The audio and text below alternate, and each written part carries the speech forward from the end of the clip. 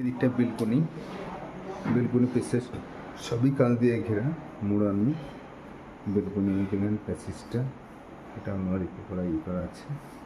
বাহ, এগুলো তো সব রাউন্ড।